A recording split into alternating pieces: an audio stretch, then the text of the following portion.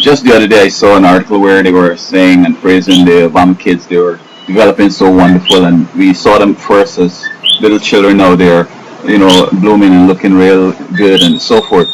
And I'm just exploring the difference between some other kids that look haggard out and destroyed and so forth. Now here you can see the Obama with his family. He has a close relationship, even in those days when his mother was alive, with his grandfather.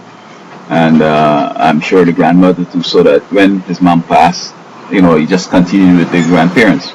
Now, in this other picture here, we have, and first I thought this was the first lady. They look so close, but I discovered that the baby being held is Mrs. Michelle Obama, and I'm sure she just had a great time with her grandparents too. So now, why is it that the Obama kids would be looking good? You see, kids need a certain environment to flourish and to look their best. I mean, we could go to the hierarchy of needs. Is Maslow hierarchy of needs, where security and safety and all that stuff before you could achieve. And so I'm sure the parents try to create the right environment, good counseling, good example, and so forth. But as opposed to some other people we see where they have their latchkey kids. From early they have a key, they have a phone, and that is all the thing they need. And they go home, they open thing, they take out the food and they warm it up, and they try to operate like adults. Trying to be mature and do right things, but then some other things come on which adults do, and so forth. Many kids end up with drugs and get destroyed.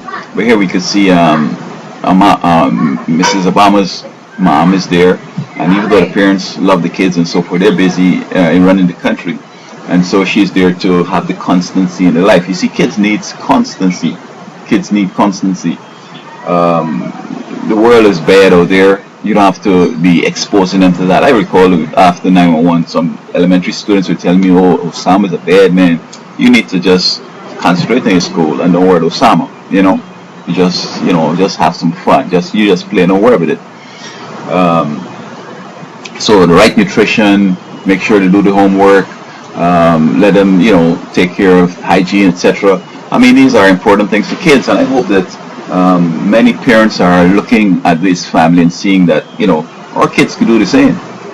If we set up the right environment, we're good people, we're doing our best, whatever level we're at, we're making our contribution in that sphere.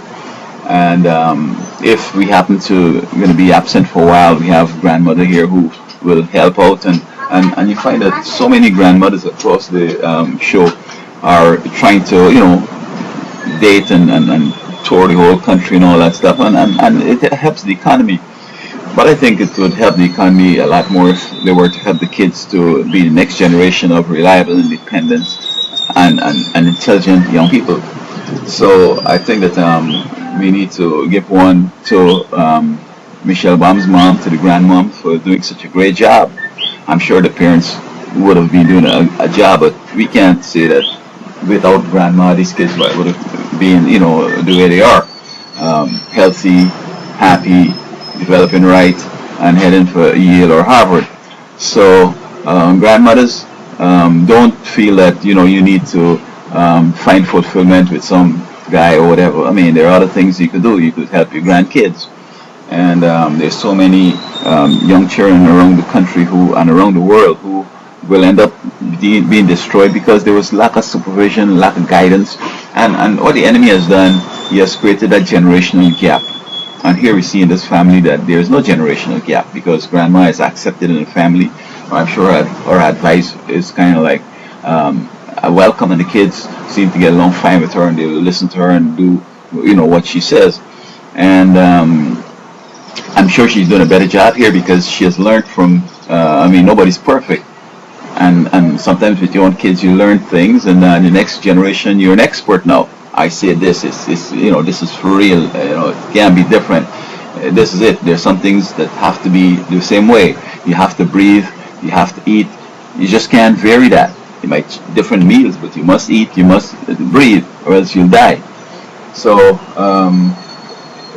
I think grandparents are important, and they could help out a lot. And so Michelle's mom, I want to recommend her to the rest of the country and to the world. Get involved in the grandkids' life and help them to be wonderful citizens.